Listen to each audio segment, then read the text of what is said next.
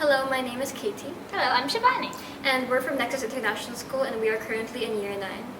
So why did we choose this competition?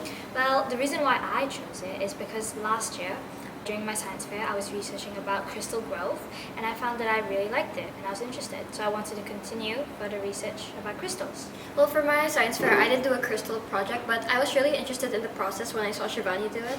So when Dr. Gary told me about this competition, I jumped to the offer and I hope to learn more about it. Here's a look at our prototype and our final crystal.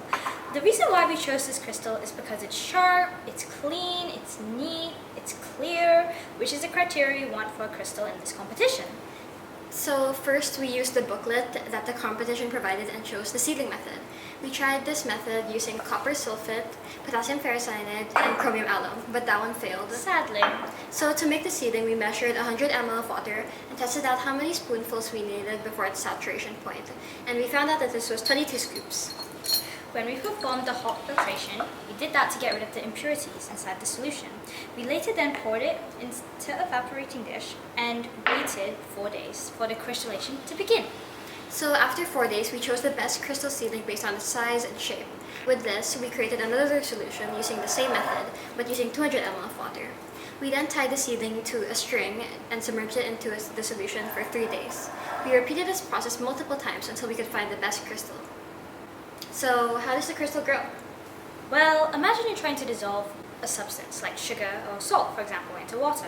At first, the substance won't dissolve really easily, but if you keep adding more, eventually all the substances would sink to the bottom.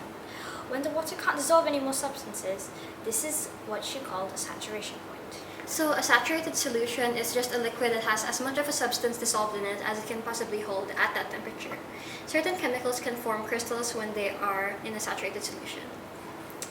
When a solution is at its saturation point, a lot of molecules of the solution will be floating around in the water.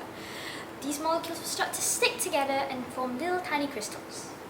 So once a small crystal has formed, it can grow bigger. The molecules in the solution are still moving around, so they will stick to the small crystals, making them grow larger over time. The forces between the molecules hold the new ones in place and start to build up the crystal structure. Throughout the process, safety was the biggest priority.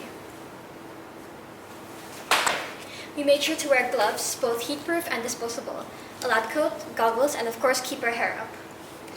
Before we started any experiment, we would always communicate with our lab technician, Miss Sabrina, and our teacher, Dr. Gary, and ask them to double-check our environment, method, and equipment. Our process was a bit bumpy and we encountered some setbacks. For instance, we didn't factor in the time that it would take to grow the crystals. We began by just growing one at a time, but soon realized that it was more productive to grow multiple crystals to increase the likelihood of success. We also didn't factor in our week-long school trip and ended up leaving a batch of crystals unmonitored for a week. As you can expect, they fell into the prototype pile. After this, we realized that we needed to monitor the crystals more, and we decided to visit them after school and in our break time.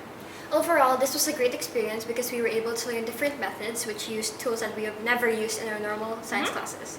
And if we were to do this again, we would definitely factor in the time. Yep. Thank you for your consideration. Bye!